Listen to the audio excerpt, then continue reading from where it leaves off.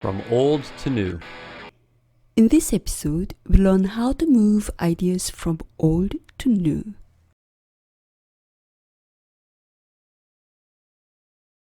To facilitate reader understanding, we should begin with ideas that are familiar to the reader and move to the ideas that are new to the reader. So, to talk about something, first introduce it and then provide some information about it. This is an actual TOEFL sentence insertion question. The passage is about the British landing closure movement. Let's first look at the sentences and then consider the target sentence. Z. Between 1714 and 1820, over 6 million acres of English land were enclosed. A. As a result, many small, independent farmers were forced to sell out simply because they could not compete. B. Non-land-holding peasants and cottage workers who worked for wages and grazed cows or pigs on the village common were also hurt when the common was no longer available. C. It was such people who began to flock to the cities seeking employment and who found work in the factories that would transform the nation and the world. D. Where would the sentence best fit? Cities not only provide job opportunities, but also profoundly affect social patterns, standards of living, political movements, and ideologies.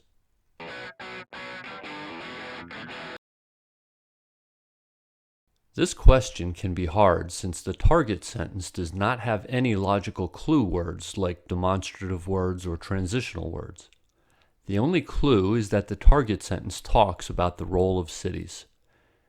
So we know that the target sentence should come after the introduction of the word cities. Z, A, B have no mention of city. They talk about the effect of the enclosure movement on peasants and villagers.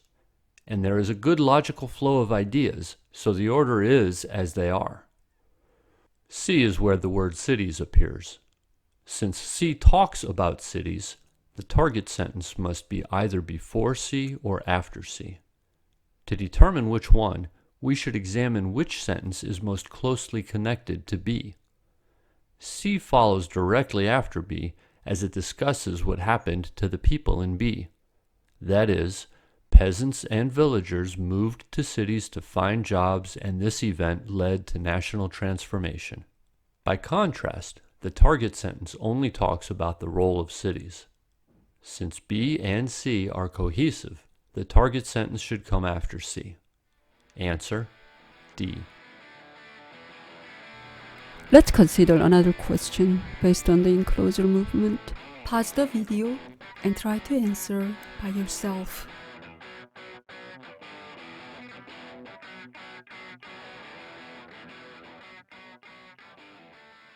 The key content word in the target sentence is transportation. Only option B has the word transportation. B introduces the word transportation, but the target sentence talks about the details of transportation. For this reason, the target sentence should come after B. The following two questions are based on wind pollination. Question 1. A. Wind pollination requires a lot of pollen to ensure that at least some of the pollen reaches the target tree, but dispersing the pollen is crucial as well. B. There are various adaptations to help as much of the pollen go as far as possible. C. Most deciduous wind-pollinated trees produce their pollen in the spring while the branches are bare of leaves to reduce the surrounding surfaces that compete with the stigmas, the part of the flower that receives the pollen, for pollen.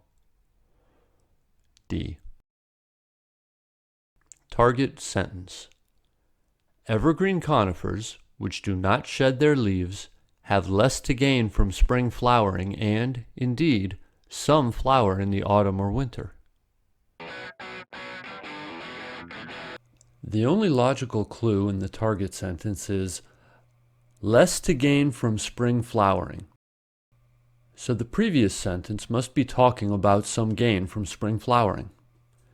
A and B do not talk about spring flowering at all. C talks about deciduous wind-pollinated trees producing their pollen in the spring. Producing pollen in the spring basically means spring flowering. So the target sentence should come either before C or after C. C says spring flowering is advantageous for deciduous wind-pollinated trees. So, deciduous wind-pollinated trees have more to gain from spring flowering than evergreen conifers do. Since we are looking for a sentence that talks about more to gain from spring flowering, which is C, the target sentence should come after C. Answer: D. Question 2. Pause the video and try to answer by yourself.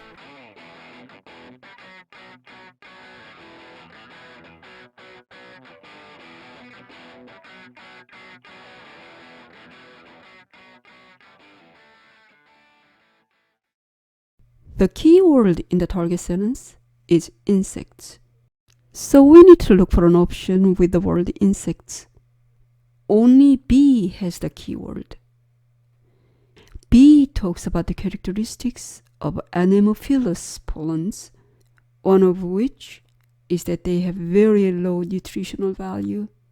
This explains why they are not pollinated by insects.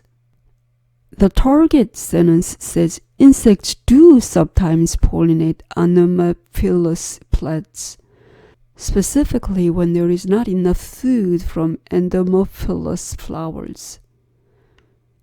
So between B and the target sentence, B introduces insects and the target sentence provides more details on insects.